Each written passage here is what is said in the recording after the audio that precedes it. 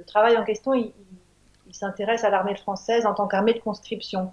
Donc le nombre de conscrits, c'est autour d'1,5 million de personnes à peu près, qui ont été donc envoyées en Algérie pour faire leur service militaire. À quoi il faut ajouter les militaires de carrière, bien sûr, et puis aussi les auxiliaires militaires qui ont pu aider l'armée française.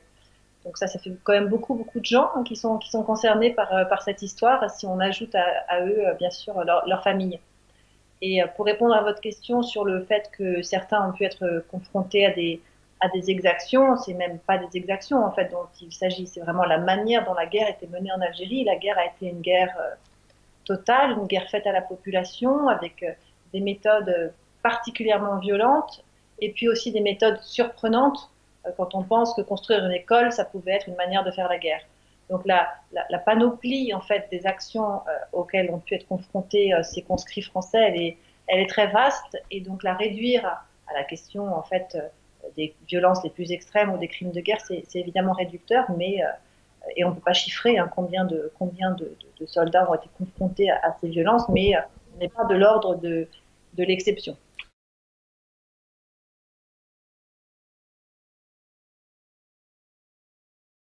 En fait, pour comprendre ce qu'on est capable de dire, il me paraissait important d'essayer effectivement d'identifier les premiers mots qu'ils avaient posés sur la réalité vis-à-vis de leurs proches, parce qu'il y a des mots qu'ils ont posés pour eux dans leurs journaux intimes, ça c'est une chose, mais il y a aussi tous ceux qu'ils ont posés pour leurs proches.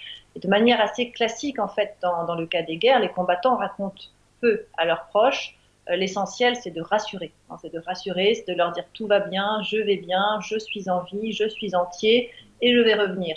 Donc voilà, ça tourne autour de ça, les correspondances, et puis maintenir le lien avec la famille, se tenir au courant, voilà, rassurer.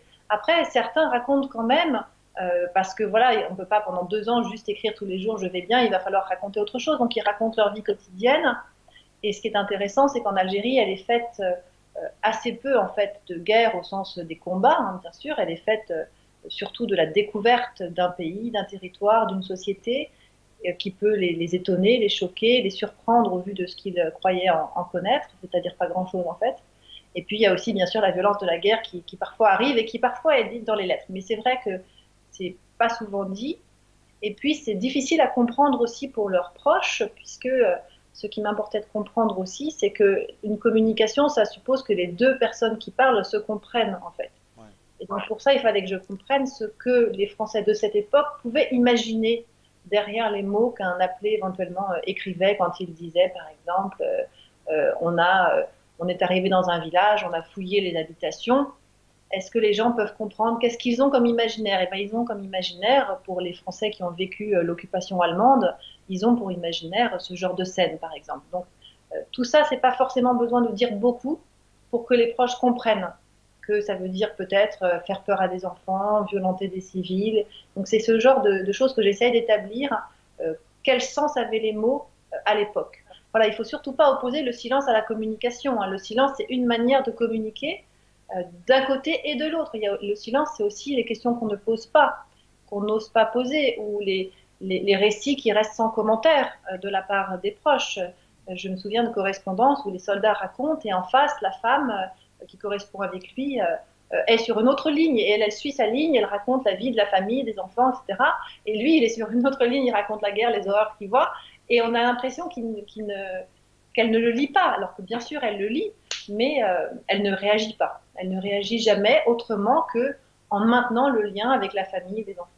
Et en l'occurrence là, la guerre d'Algérie n'est pas une guerre à l'époque. Donc, comme je l'ai dit, les soldats partent faire leur service militaire. Donc, il n'y a pas de contrôle de postal, puisqu'il n'y a aucune raison en démocratie de contrôler ce que des gens s'écrivent dans une lettre. Le service militaire ne justifie absolument pas qu'il y ait une dimension secrète, parce que la censure, ce qui est justifié par la censure, pardon, ce qui justifie la censure en temps de guerre, c'est le fait de ne pas dévoiler l'armement, de ne pas dévoiler l'endroit où on se trouve, si l'ennemi était amené à. En temps de service militaire, c'est pas justifiable. Donc l'État ne veut pas se permettre de censurer. Donc en fait, il n'y a pas de censure. En revanche, il y a une autocensure, bien sûr, importante.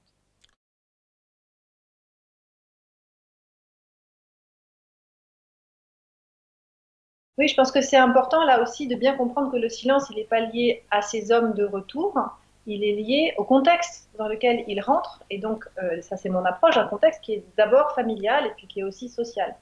Et donc, qu'est-ce qu'on attend d'eux? Ben, on attend d'eux qu'ils fassent pourquoi ils sont euh, là dans la société, c'est-à-dire qu'ils s'installent, qu'ils aient un métier, qu'ils fondent des familles, etc. Ils ont fait ce qu'ils avaient à faire, ils ont fait leurs devoirs, ils sont partis au service militaire et maintenant ils reviennent et ils font autre chose. Et on ne va pas s'apesantir sur ces 2 ans dont beaucoup de familles pensent quand même que ces 2 ans qui certes étaient nécessaires parce que c'est le devoir de tout citoyen, mais c'est quand même 2 ans qui ont été volés à la famille, volés aux projets familiaux, aux projets conjugaux, et donc on n'a pas tellement envie de s'apesantir dessus du côté des proches, et on n'a pas tellement envie de la part des soldats non plus. Ils se sont beaucoup projetés dans la guerre, et j'ai essayé de le raconter aussi quand ils sont en Algérie. Ils se projettent beaucoup dans qu'est-ce que je vais faire quand je vais rentrer, est-ce que je vais retrouver mon travail, est-ce qu'elle m'aimera toujours. Donc voilà, quand ils y sont, quand c'est là, et ben voilà, ils ont envie de se mettre dans autre chose. Donc on comprend bien que dans un premier temps, on ferme la porte en fait derrière soi quand on quitte l'Algérie et on est encouragé par ses proches là-dedans, on est encouragé par une société qui les accueille et qui leur dit allez maintenant au travail. Hein. Il faut rappeler que la France à cette époque, il y a du travail pour tout le monde, donc voilà, l'économie est en train en bon fonctionnement, la France est en croissance, voilà, mais elle est en grande mutation aussi, donc il y a beaucoup d'adaptations à faire pour eux, des changements professionnels, des changements de style de vie. Donc voilà, donc il y a tout ça qui les happe finalement et qui fait que pendant quelques temps, années, voire décennies, ils en parlent peu et on les interroge peu et on les identifie peu d'ailleurs comme des hommes qui reviennent d'Algérie. Ça fait pas forcément partie de leur identité. Il reste que beaucoup d'hommes ont du mal à se réadapter. Ils ont beau en avoir la volonté, c'est pas toujours possible pour eux. Donc les troubles adaptatifs au retour sont très très très majoritaires. Alors ils peuvent durer quelques semaines, quelques mois. Donc un trouble adaptatif, c'est quoi? C'est avoir du mal à s'endormir sur un lit confortable quand on a dormi pendant un an sur le sol. C'est avoir peur à des bruits secs, c'est avoir du mal à se mettre dos à une fenêtre ouverte. Voilà, les troubles adaptatifs, c'est ça. Et puis progressivement, on se calme, on se dit que c'est la paix, qu'il n'y a plus de danger, etc. Donc ça peut durer un certain temps, et puis après, la vie repart. Et puis ça peut aussi s'installer, s'incruster, et devenir là des troubles du fonctionnement qui sont beaucoup plus lourds. Et quand ces hommes consultent un médecin, quand ça leur arrive, et quand j'en trouve la trace dans les archives, ce qui m'a beaucoup frappé, c'est que les médecins qui consultent, et en particulier les psychiatres, ne pensent pas à faire le lien avec l'Algérie.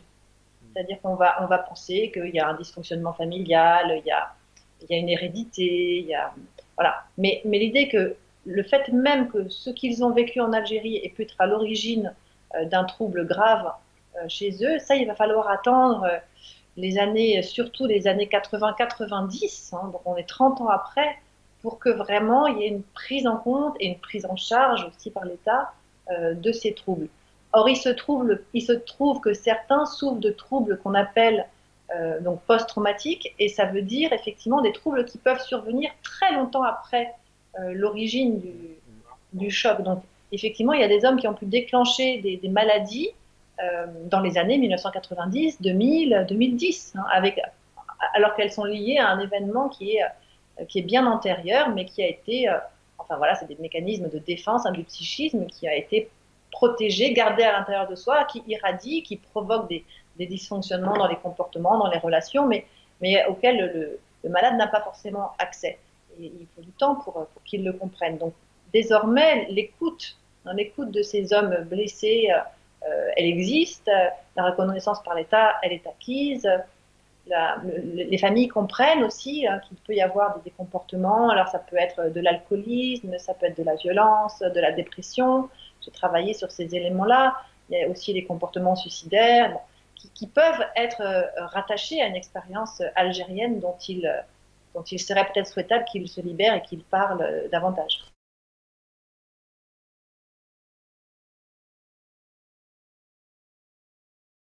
Il y a deux choses, enfin il y a deux types de compagnes déjà. Il y a les compagnes qui partagent avec eux, euh, qui ont le même âge qu'eux en fait, les compagnes qui partagent avec eux une enfance dans les années 30, marquée par le poids de la Première Guerre mondiale, souvent avec des pères, des oncles qui ont combattu en 14-18, qui sont des héros, avec tout un discours très positif, très valorisant hein, de l'État et de la société sur ces combattants.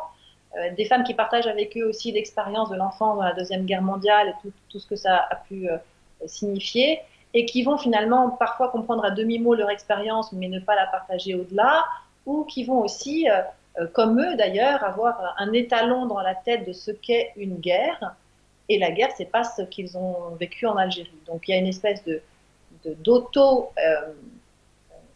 d'évaluation finalement, de dépréciation de l'expérience algérienne comme étant pas vraiment une guerre, et leur mari n'étant pas vraiment des anciens combattants, qui peut être partagé dans le couple pour faire que, bon ben voilà, il y a des petits soucis, mais on va pas non plus s'étendre sur ça. Donc le silence des femmes, il peut s'expliquer par de l'implicite, par du commun autour d'eux. Bon, moi, c'est pas si grave quand on pense à mon père qui a été gazé en 15 et qui est mort d'atroces souffrances dans les années 30. Quand je pense à mon père qui a été arrêté à Dunkerque, qui est détenu pendant 5 ans, voilà, bon, c'est pas très grave ce qui t'est arrivé en Algérie. Donc, le silence, il peut venir de là. Et aussi de leur incapacité à réagir. Beaucoup m'ont dit, mais ils faisaient des cauchemars la nuit. Voilà, je voulais qu'ils se Ouais. rendorment, j'essayais de l'apaiser, et puis le lendemain, on n'en parlait pas. Qu'est-ce qu'elles auraient pu faire? Elles ne se sentaient pas forcément aptes à Ouais. questionner. Et puis il y a les femmes plus jeunes, celles qui ont été rencontrées après, et qui parfois sont plus jeunes qu'eux, et donc sont nées après la Deuxième Guerre mondiale, avec qui il y a beaucoup moins de commun, beaucoup moins d'expérience de la guerre en commun. Et là, il y a une différence dans le couple, dans l'appréciation aussi de ce qui s'est passé en Algérie, mais qui vient d'ailleurs, hein, qui vient qu'elles sont vraiment d'une autre génération, ces femmes, et elles sont, ben voilà, elles ont plus de mal à comprendre en fait et à s'imaginer, hein, ce qu'ils ont pu vivre et les mots même qu'ils ont pu mettre sur cette guerre. Donc, comme ils les ont rencontrés après la guerre, ils ne leur en parlent pas et elles ne questionnent pas. Les questions, parfois, elles arrivent bien plus tard. Elles arrivent peut-être au bout de 30 ans, 40 ans.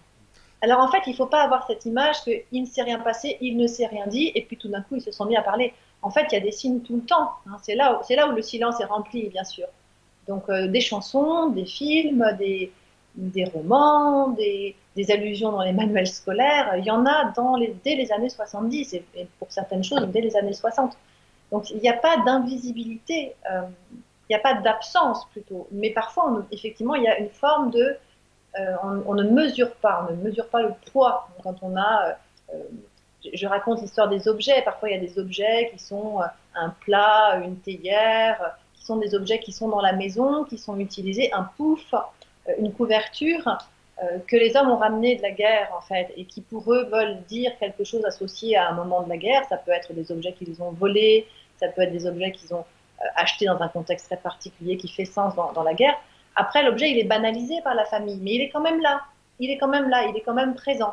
Donc on ne peut pas dire qu'il y a rien, mais il n'y a pas forcément de récit sur une expérience de guerre qui lui est accroché.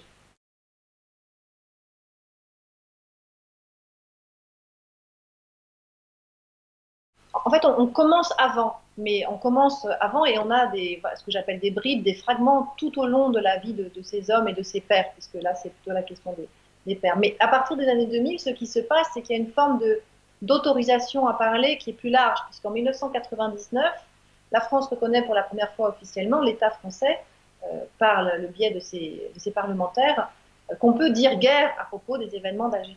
Et cette espèce de sanction symbolique officielle tellement tardive par ailleurs, d'une certaine manière, elle accompagne, avec plein d'autres choses que vous avez citées avant sur la question de la torture, mais c'est bien au-delà de ça, elle accompagne une libération de la parole sur ah mais oui, j'ai fait la guerre. Et ah oui, tiens, papa a fait la guerre, ou grand-père a fait la guerre, raconte-moi la guerre. Et donc ça, c'est vraiment, il y a une articulation, on ne peut pas dire que l'un déclenche l'autre comme ça, mais il y a un contexte tout à fait favorable à ce que, à partir des années 99, 2000, 2001, 2002, voilà, il y a une espèce de nœud là, euh, ces hommes se sentent plus autorisés à parler, à raconter leur histoire et pensent qu'ils vont être écoutés. Et de fait, des questions leur sont posées.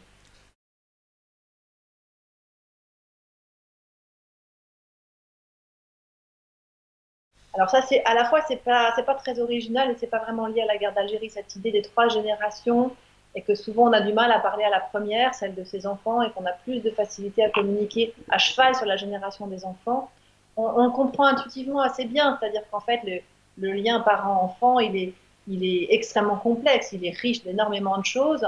Dans nos sociétés contemporaines, en tout cas en France, le lien petits-enfants-grands-parents, c'est jamais un lien de cohabitation, il y a pas de quotidien partagé, mais justement, une relation qui est plus choisie, qui est davantage choisie. Et pour les grands-pères, je crois que ça donne une liberté de parole absolument inédite. Il y a aussi comme une espèce de rattrapage hein, vis-à-vis des enfants à qui on n'a pas forcément raconté. Pour les petits-enfants, c'est voilà, c'est aussi une relation qui est tout à fait différente. Donc moi, je me suis arrêtée avant, finalement, c'est cette nouvelle relation avec les petits-enfants. Ce qui m'intéressait, c'était de comprendre le lien aux enfants. Mais je vois bien que les enfants écoutent ce qui est dit à leurs enfants, apprennent des choses sur leur père par leurs propres enfants. Donc en fait, ça circule bien sûr dans les familles. Et ça aussi, c'est un effet du temps parce il faut des petits-enfants en âge de poser des questions pour que les questions soient posées.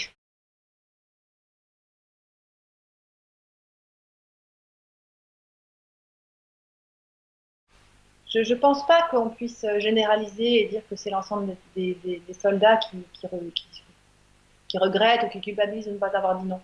Je ne pense pas du tout. Hein. Ce sont des cas là, que je mets en avant. En revanche, ce qui est sûr, c'est qu'il y a une grande difficulté à rendre compte aujourd'hui de ce qui s'est passé en Algérie et notamment de leur acceptation de la guerre. C'est-à-dire qu'on a beaucoup de mal aujourd'hui à faire comprendre, notamment à des plus jeunes, et notamment à ses petits-enfants, mais pas uniquement, qu'on n'avait pas le choix, qu'on n'avait absolument pas le choix. Il n'y a pas d'objection de conscience à l'époque. C'est extrêmement compliqué. Refuser, ça amène à faire beaucoup de prison. Que de toute façon, socialement, il n'y a pas d'espace pour penser le refus de la guerre. Hein, c'est une extrême minorité d'hommes qui refusent. Et que donc on y va, et on y va pour la patrie, pour faire son devoir de citoyen, pour devenir un homme, pour plein de choses qui n'ont pas grand-chose à voir avec le colonialisme et qui n'ont pas grand-chose à voir avec les violences qu'ils vont éventuellement commettre ou dont ils vont être témoins en Algérie. Et néanmoins, ils vont être là, ils vont se retrouver dans cette histoire, ils vont parfois y participer, parfois participer un peu lâchement, passivement, parfois plus activement. Et tout ça, il est difficile de le raconter en fait, difficile de trouver des mots. Donc certains trouvent des biais, et la culpabilité, c'est aussi un mode de récit. Hein. Euh, mais pour d'autres, c'est plus compliqué. Le racisme aussi, c'est un mode de récit, hein, c'est une manière d'expliquer ce qui s'est passé. Et voilà, ces gens-là, nous. Voilà. Donc on essaie de trouver des mots pour rendre compte. Et un certain nombre d'hommes ont une réflexion, une réflexivité sur leur guerre en Algérie, mais pas tous. Et parfois, c'est les questions des autres qui les provoquent, et qui provoquent aussi au sens, c'est provocateur, c'est-à-dire parfois les questions sont choquantes, et ils ont besoin de se justifier. Donc c'est compliqué, le récit, c'est pas juste on ouvre un robinet et ça coule, c'est beaucoup plus compliqué que ça, et c'est pas parce qu'à un moment on a envie de parler que ça coule, que parfois c'est plus compliqué. Voilà, donc on est toujours là-dedans, et effectivement, ce thème de la honte, de la culpabilité, la mise en accusation, la peur d'être mis en accusation, tout ça, ce sont des sentiments qui sont sans doute diffus chez beaucoup. Et on ne peut pas réduire comme ça à un sentiment, le sentiment dominant. Je pense que le sentiment dominant, c'est d'avoir fait une guerre et c'est d'avoir été euh, finalement un petit peu les instruments d'une politique sur lesquels ils n'avaient bien sûr aucune maîtrise. Et ça, c'est pas simplement leur sentiment, c'est la réalité hein, de leur expérience.